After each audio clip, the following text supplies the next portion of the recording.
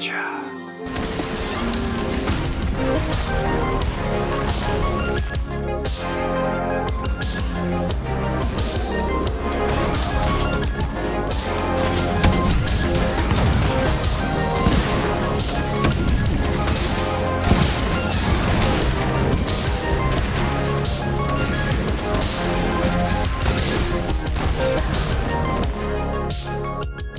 Hello everyone and welcome to another Monster Hunter World weapon guide. Today we're going to be talking about the Taroth Pipe Paralysis. It's a rarity 8 weapon that dropped from Kulve Taroth, right? This is going to be a Kulve Taroth reward. And it's basically a clone of the Queen Vespoid Horn. I had a couple people ask me to talk about this.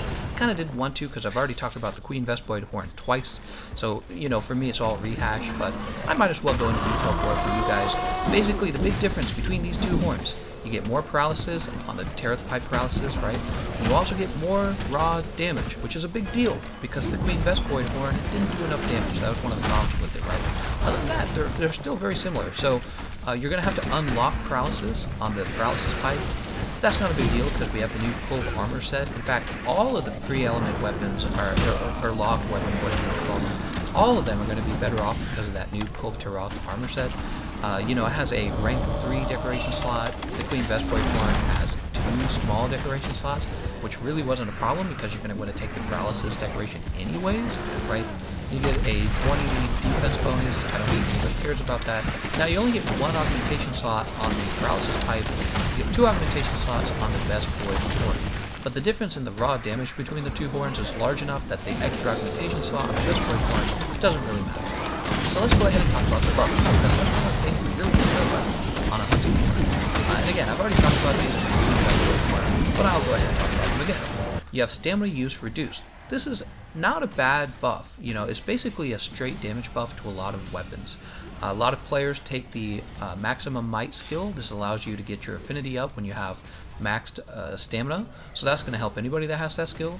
But it also actually increases the damage of bows and dual blades. That's because both of those weapons rely on having a lot of stamina in order to keep using their high damage moves, and so when you give them stamina use reduced, you're going to improve their output. Then you have all wind pressure negated. All wind pressure negated is the big boy version of wind pressure negated, okay?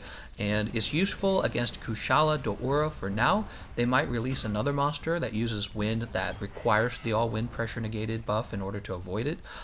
You know, I would say all wind pressure negated has gone up in value ever since they did a kind of like a nerf to the flash pods where tempered monsters are they're not affected by them after a while. So all wind pressure negated. I wouldn't necessarily use this horn against Kushala Daora, but we'll also have to see what they have in the future.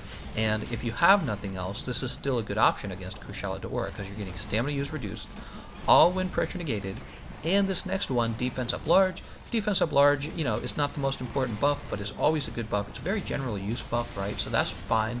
Then finally, another one, ice resist boost, right? This is ice resist boost large, and if they release a monster who has, you know, all wind pressure negated kind of wind pressure and ice damage, this is going to be an awesome hunting horn to use against that particular monster.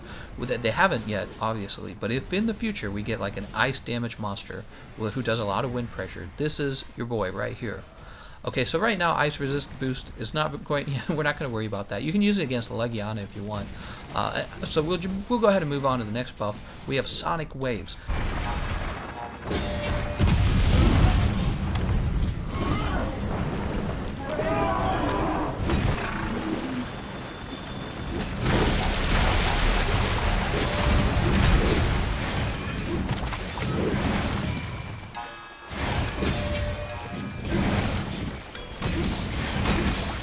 Sonic Waves is deadly for Diablos and Black Diablos. It also works on the Piscine Wyverns. I think Lavacia. I've actually never done it myself, but I've finally actually done it against Juratotis, if I'm even saying his name right. They'll actually, what it does is it pulls monsters out of the ground after they burrowed under the ground, and Diablos and Black Diablos love to burrow under the ground and do a ton of damage when they pop up, right? So you can keep a Diablos on lockdown with Sonic Waves. And that's one of the ways that this particular hunting horn, as well as the Queen Vespoid hunting horn, that's one of the ways that this stands out from the Fortissimo. And the Fortissimo is kind of its direct competition with this hunting horn. So they're both free element hunting horns at this point. This one has a lot more paralysis than the Fortissimo, but the Fortissimo actually has health boost, which is pretty valuable in my opinion in terms of a defensive buff, because it directly stacks with defense up large, and it's valuable in all fights. And the other thing it has is attack up large, right? So really we're looking at this hunting horn as a paralysis hunting horn, because you wouldn't actually use Fortissimo. You would use Deep Vero if you wanted to attack up large, but if you wanted a paralysis hunting horn, you would kind of compare this one with that one. And one of the reasons this matters is because you know, when we're looking at a monster like Black Diablos and they have 3-star paralysis weakness, right? It matters if you have sonic waves on your horn rather than not having sonic waves on your horn. So, you know, I did all this already when I was working with my Queen Vespoid horn guide earlier. You would probably still consider using this rather than the Fortissimo, and, you know, rather than giving everyone attack up, you can keep the monster, you know, you can stun them every time they go underground. So it's a trade-off. You do still get stamina use reduced on this horn, and Fortissimo does not have that. So if you have like a bow on your team or dual blades on your team, somebody who will really benefit directly from stamina use reduced, you're not giving them attack up large, but you're kind of giving them a kind of attack up, right? So yeah, I would still call this one of the best horns for fighting Diablos and Black Diablos, maybe the best horn overall, like the actual best. And the fact that now it's got a nice large improvement to its damage with, well, the paralysis pipe does. It's basically just going to deal more raw damage than the Vespoid horn would. Now that you have that, it's a lot closer between Fortissimo and this horn, right? There's probably other monsters where you would still probably consider using the Fortissimo, but I'm not going to go into detail on that now. I mean, probably a monster that doesn't have high weakness to paralysis, you would consider using the Fortissimo and get the early easy paralysis on them. I don't know, maybe on the other hand the paralysis pipe would manage to get 2 actual procs of paralysis on them. It's really something that you'll know how you feel about it after you've done it like 100 times, right? And for me personally, I would probably use this over the Fortissimo. I've never been a big Fortissimo fan. Whenever I'm in the mindset where I want attack up large, I actually just go grab something like Deep Vero, right? It just makes more sense for me to do that. So when I'm in the mind to bring a paralysis weapon, I reach for the one that has the most paralysis on it, and that's now the Taroth Pipe. Okay, so this weapon is basically, again, it's a clone of the Queen Vespoid horn. It's now more usable than it was before, and I think because of that, it probably deserves a bump in its tier rating. I think my old tier rating was B-, but you know what? I'm getting ahead of myself. Before we get to that, let's go ahead and talk a little bit about the build that I went with. So right away, you'll notice I have Horn Maestro. That's important for any you know, hunting horn build. And then you'll see I go for a pretty standard combination of weakness exploit, crit boost, and maximum might. All of my hunting horn builds are going to have those 3 skills probably, and a lot of builds that I ever build are going to have those 3 skills, right? But you'll also notice I have paralysis attack 3. I brought stun resist up to 3 just because it's very easy to, right? You just need 1 decoration for that. I have 1 level of handicraft. I actually would have gone with no levels of handicraft. It just happened to be on the armor piece that I was wearing. You don't need handicraft for this horn. It's got a big blue sharpness bar, and it never turns white, so there's really no reason to worry about handicraft at all. Again, I just happened to get it on the set. Same with power prolonger, it just came on the set, right?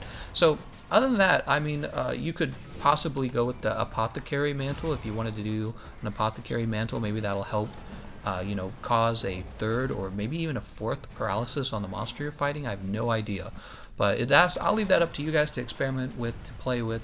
That's basically my build. It's not very surprising. And yeah, I suppose now I'll mention the tier rating. I think that this is probably an A- horn.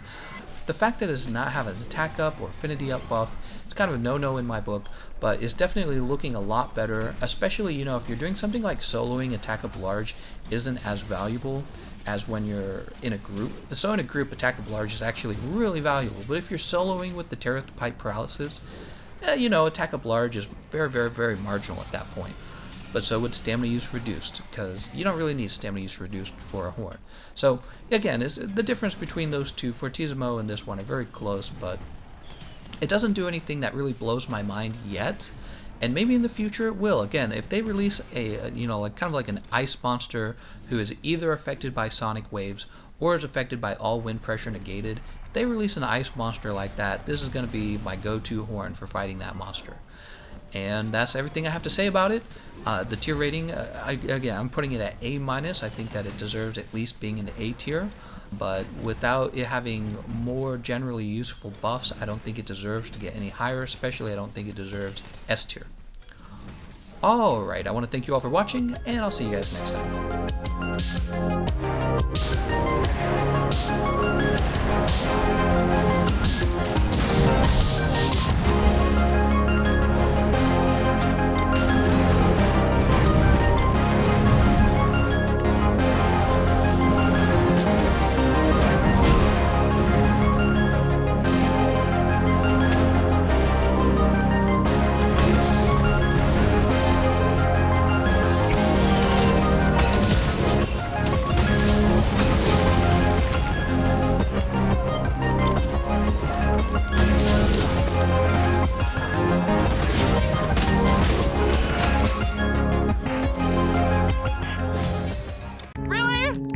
Oh my gosh, you guys! I just want to thank y'all so much!